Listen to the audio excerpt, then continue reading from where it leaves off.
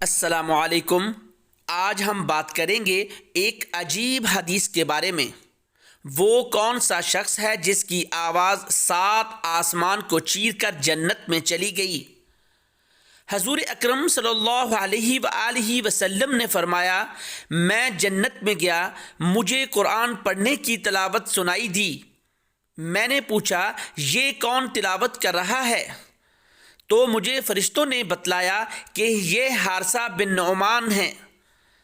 تو پھر آپ صلی اللہ علیہ وآلہ وسلم نے فرمایا، حارثہ تو ابھی مرا نہیں، وہ تو مدینے میں بیٹھا ہوا ہے، اس کی آواز جنت میں کیوں آ رہی ہے؟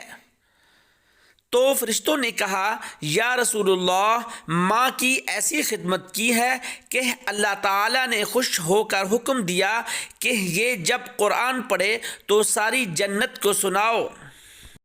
یہ ہے وہ شخص جس نے ماں کی ایسی خدمت کی ہے جس کی آواز 7 آسمان کو چیر کر جنت میں چلی گئی۔